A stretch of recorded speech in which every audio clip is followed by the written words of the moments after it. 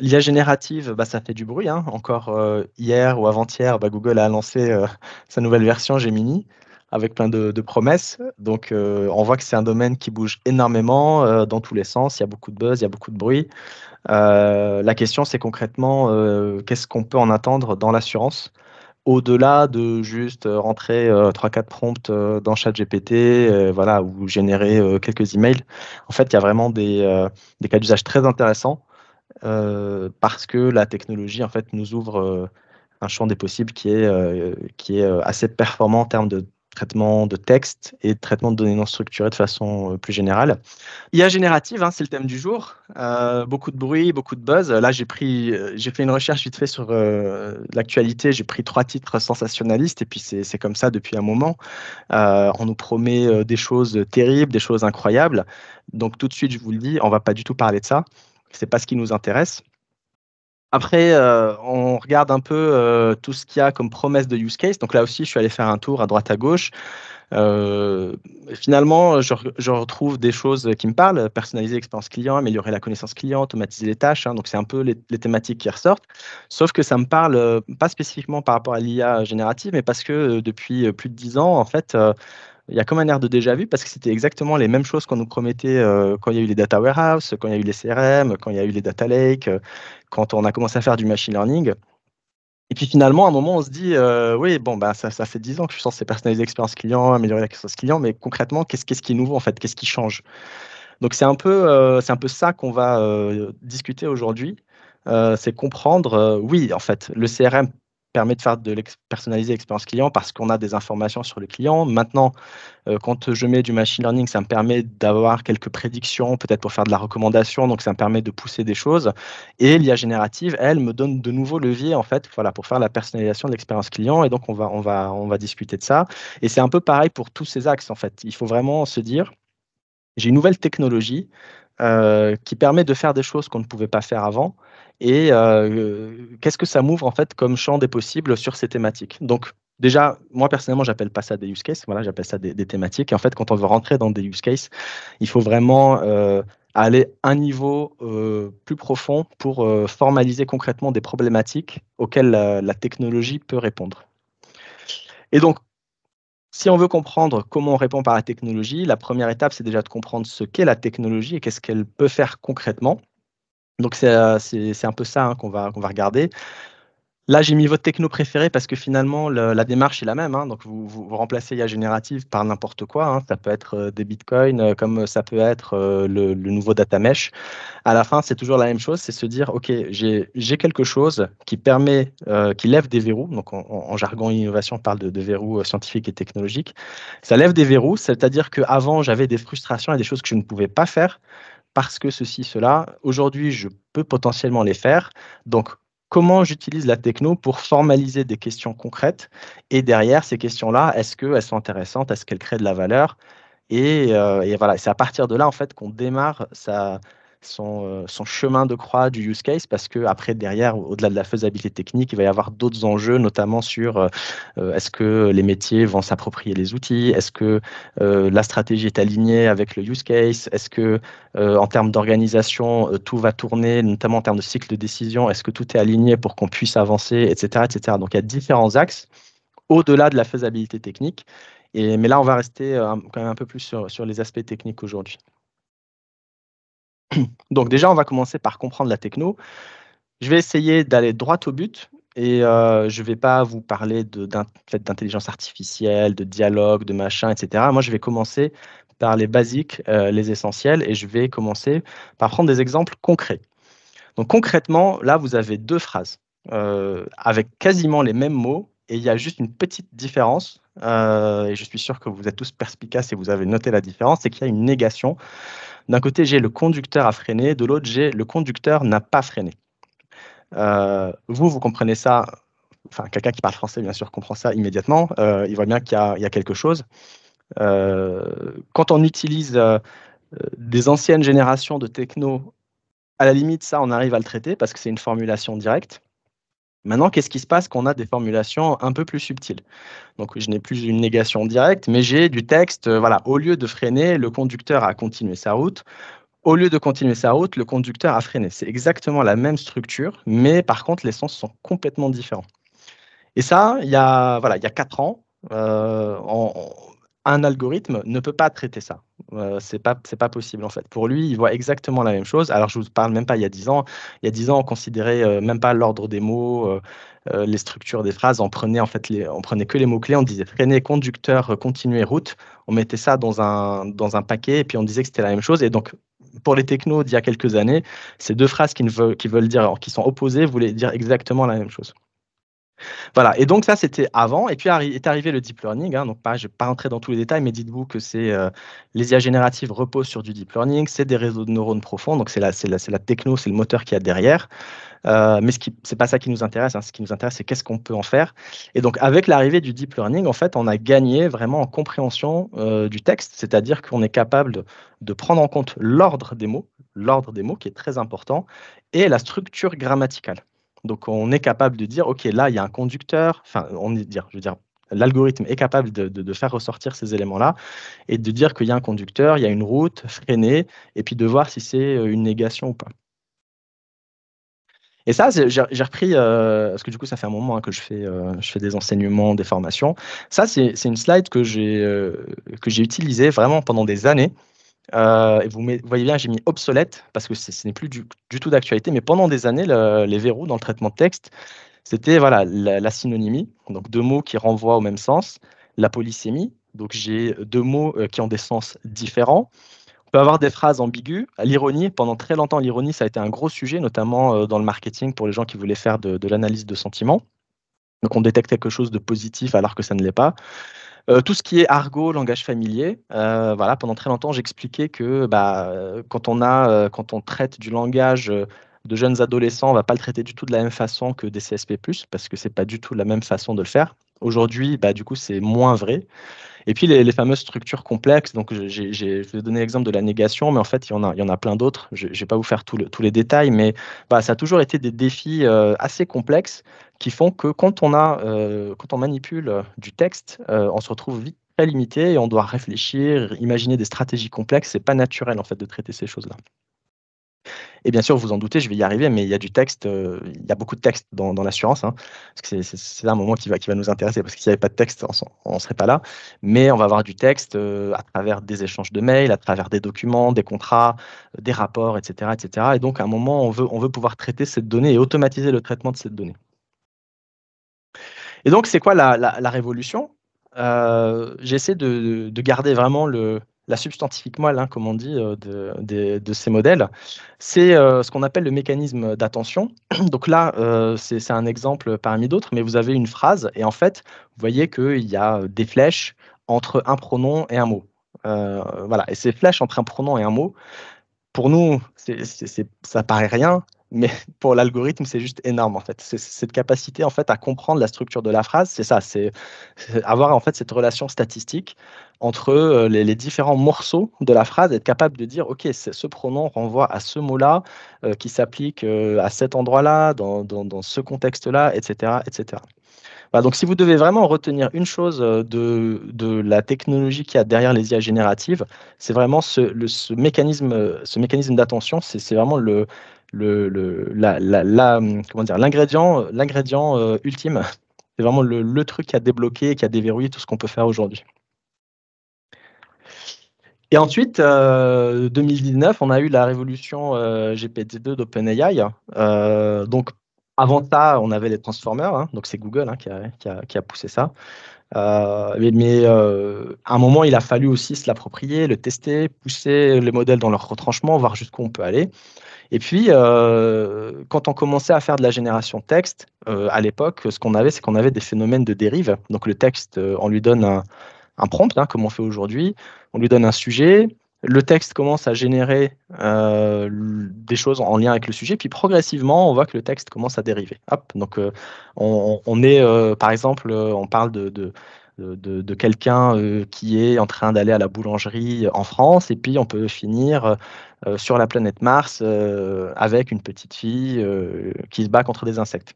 Voilà, on peut vraiment avoir plein de choses très, très différentes. Et là, donc voilà, 2019, on a le premier modèle qui arrive à vraiment avoir une certaine cohérence de texte sur vraiment plusieurs milliers de mots. Donc plusieurs centaines de mots à l'époque seulement, et puis après, avec GPT-3, on a commencé à être dans les milliers.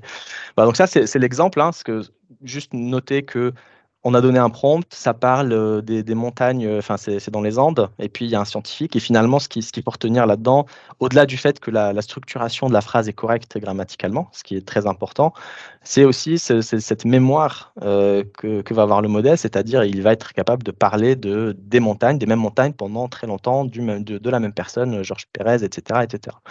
Et donc c'est là où on commence à se dire, ah, il y a vraiment quelque chose qui se passe dans les modèles.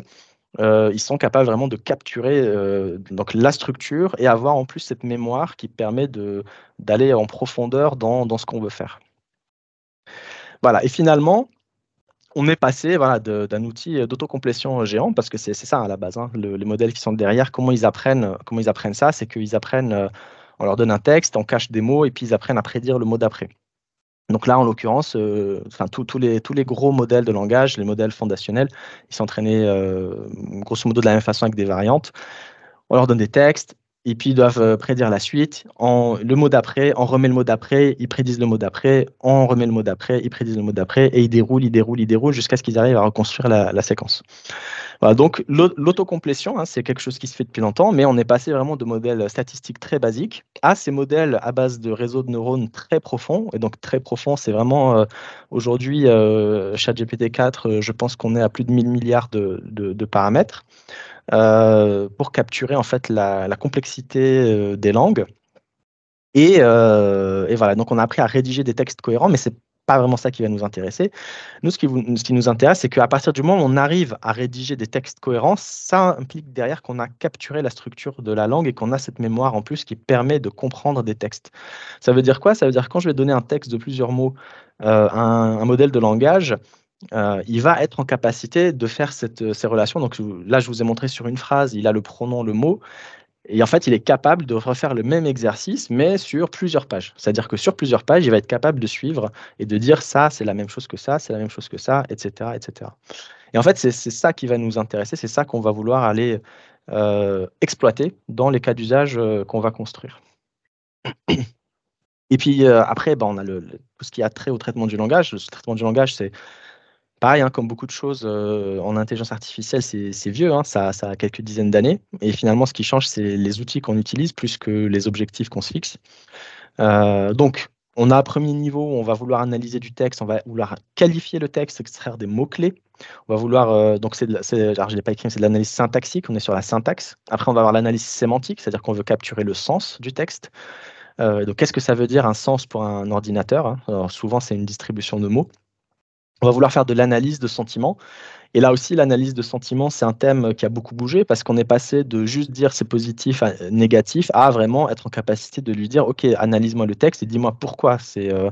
Par exemple, j'identifie des gens qui ne sont pas satisfaits. Je suis capable au modèle de lui demander de me dire pourquoi les gens ne sont pas satisfaits, pas juste me dire plus ou moins. Et voilà. Ensuite, on veut extraire ce qu'on appelle des entités nommées, c'est-à-dire dire qu'un texte parle de telle personne, de telle date, de tel événement.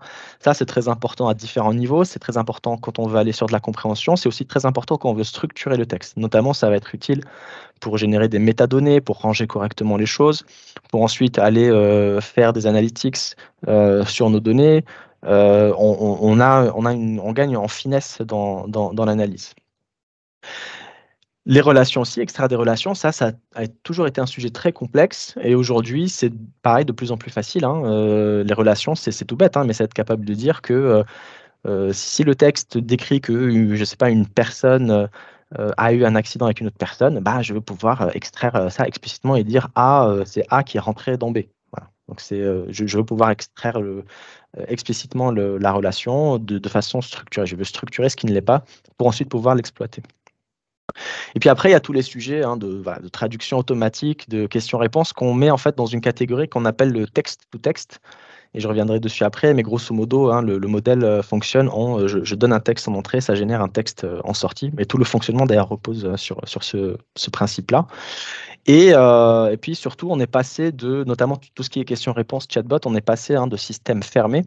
Donc, c'est des systèmes qui répondaient à des questions prédéfinies, avec des réponses prédéfinies. Aujourd'hui, on est passé à des systèmes ouverts où on peut avoir un vrai dialogue et ensuite aller chercher des réponses au cas par cas, etc., etc. Ça a ses avantages, ça a ses inconvénients, je vais en reparler après. Les avantages, bien évidemment, c'est que la discussion est beaucoup plus naturelle. Les inconvénients, c'est de s'assurer que quand on met ça, par exemple, chez un client pour gérer des dossiers, bah, on veut que ça parle du dossier et que ça ne parle pas d'autre chose. Donc maintenant, on veut utiliser la techno, hein, concrètement. Alors, bah, du coup, voilà, je parle des chatbots, c'est les slides d'après. C'est un truc qui revient beaucoup parce que techniquement, c'est facile et on peut constater rapidement des résultats. Enfin, en tout cas, on peut avoir le sentiment que ça marche vite. Après, on peut avoir toute une discussion sur comment est-ce qu'on valide rigoureusement que ça marche, et cetera. Normalement, en toute rigueur, il faudrait définir un contexte expérimental, des critères de validation, s'assurer que tout est OK. Je vois beaucoup de gens qui se lancent sans forcément avoir la démarche rigoureuse. Il y en a d'ailleurs qui ont eu des déceptions. Je vais en reparler après, mais voilà, il faut faire attention. Mais en tout cas, l'exemple des chatbots semble assez naturel et c'est en tout cas vers ça que beaucoup de gens vont, dans l'assurance et ailleurs. Et finalement, ce qu'on a, c'est qu'on va avoir, on va vouloir soit utiliser les chatbots pour faire remonter de l'information, soit pour récupérer de l'information. Donc grosso modo, ça sert d'interface. Faire remonter de l'information, le cas qui est, on va dire, dérisqué et qui marche bien, c'est par exemple, une FAQ. Voilà, au lieu d'avoir une personne qui va parcourir une FAQ, en fait, on va mettre la FAQ, à disposition du chatbot et puis la personne pose des questions et le chatbot va chercher les réponses et mettre en forme le dialogue autour, en fait, pour ressortir les bons éléments. La récupération d'informations, c'est un peu plus subtil, mais ça peut fonctionner. Mais c'est voilà, j'ai un prospect qui est intéressé, ou j'ai un client, qui veut savoir, qui a eu un sinistre, qui veut savoir, qu'est-ce qu'il doit faire? Voilà, et donc il va poser des questions et donc je vais, lui faire remonter, non pardon, c'est pas les sinistres. Si, du coup, le sinistre, mais dans l'autre sens. J'ai besoin d'informations, moi, sur le sinistre, donc je vais laisser l'utilisateur décrire, en fait, son problème et je vais, bah, justement, comme j'ai cette capacité, plus ou moins naturelle d'extraire les bonnes informations, c'est beaucoup plus facile, en fait, de travailler l'interface. C'est-à-dire que j'ai beaucoup moins de travail. On me dit que la barrière à l'entrée est beaucoup plus faible. J'ai pas besoin de compétences avancées pour mettre en place des chatbots aujourd'hui par rapport à il y a ne serait-ce qu'1 an et demi, 2 ans. Et après, quand je récupère ces informations, je peux l'utiliser pour générer des documents, notamment ce que je vois là, pas mal d'expérimentations sur, bah, récupérer parce que donc j'ai un prospect qui est intéressé par une assurance et donc il va dire, voilà, ma situation, machin et cetera et à partir de là, on essaye de structurer ça, on envoie sur son API, de tarification, enfin de proposition de tarifs et on fait remonter, automatiquement une proposition à la personne intéressée. Donc là, c'est intéressant. On voit que ça marche quand on fait des tests. Bien évidemment, j'ai mis un gros pavé orange parce que, comme je disais tout à l'heure, c'est des systèmes ouverts. On sait qu'il y a des problèmes avec, notamment tout ce qui est dérive, hallucination. Donc, hallucination, c'est quand le réseau de neurones, enfin, quand le modèle va inventer des choses qui ne sont pas qui ne devraient pas être là. Donc, notamment, il peut récupérer des informations par exemple, je sais pas, une clause de contrat et puis finalement compléter et inventer une nouvelle clause qui n'existe pas. Donc ça, c'est une hallucination et c'est un risque possible. Donc c'est pour ça que quand je disais il faut être rigoureux dans la validation, il faut vraiment s'assurer que quand on met en place un modèle, voilà, il ne va pas dire n'importe quoi aux personnes. Il y a aussi des enjeux de sécurité, de vie privée, parce qu'il y a des échanges d'informations qui se font. Heu, Souvent, ce qu'on va vouloir faire quand même pour contrôler au mieux, c'est, utiliser de l'enrichissement d'informations. On va pas juste laisser le modèle, se débrouiller tout seul. On va lui mettre les documents à disposition. On va mettre en place toute une stratégie justement entre la personne qui parle, le chatbot qui finalement sert d'interface à une base de connaissances et derrière, on peut mettre aussi il y a des outils qui commencent à émerger pour avoir j'ai perdu le mot en français, ce qu'on appelle des guardrails, donc voilà, des barrières pour essayer de contraindre en fait les réponses du modèle dans un certain thème, par rapport à certains sujets, et cetera, et cetera. Et après globalement, il y a tout ce qui est, l'accès à l'information. Là, peut-être que certains ont vu, Amazon a récemment sorti son modèle, de chatbot qui est censé justement avoir accès à la documentation technique pour les personnes qui veulent utiliser leurs solutions technologiques. Et 2 jours ou 3 jours après, on disait que, enfin, les personnes qui étaient en charge de mettre en place le modèle ont constaté qu'il y avait des fuites d'informations confidentielles par le modèle. Donc ça veut dire grosso modo que quelqu'un quelque part a mis des informations qu'il n'aurait pas dû mettre dedans, parce que c'est pas normal que ça remonte. Mais voilà, en tout cas, à partir du moment où le modèle a accès à une information, il faut se dire que c'est très difficile, voire impossible, de restreindre l'utilisation de cette information et qu'elle risque de ressortir d'une façon ou d'une autre dans l'interaction. Donc là aussi, il faut un contrôle assez strict sur qu'est-ce qu'on partage, comment on le partage, etc., etc. Donc ça, c'est la partie chatbot. Et après, il y a le reste. Donc le reste, c'est la partie, en fait, c'est la partie la plus intéressante, mais là, on n'aurait pas eu le temps de tout creuser, donc j'ai essayé de faire un récapitulatif. Mais en fait, on a différentes sources de données texte et même non texte finalement, parce que vous voyez en bas, j'ai mis une personne qui parle au-dessus d'un texte. C'est pour dire en fait que c'est de la transcription.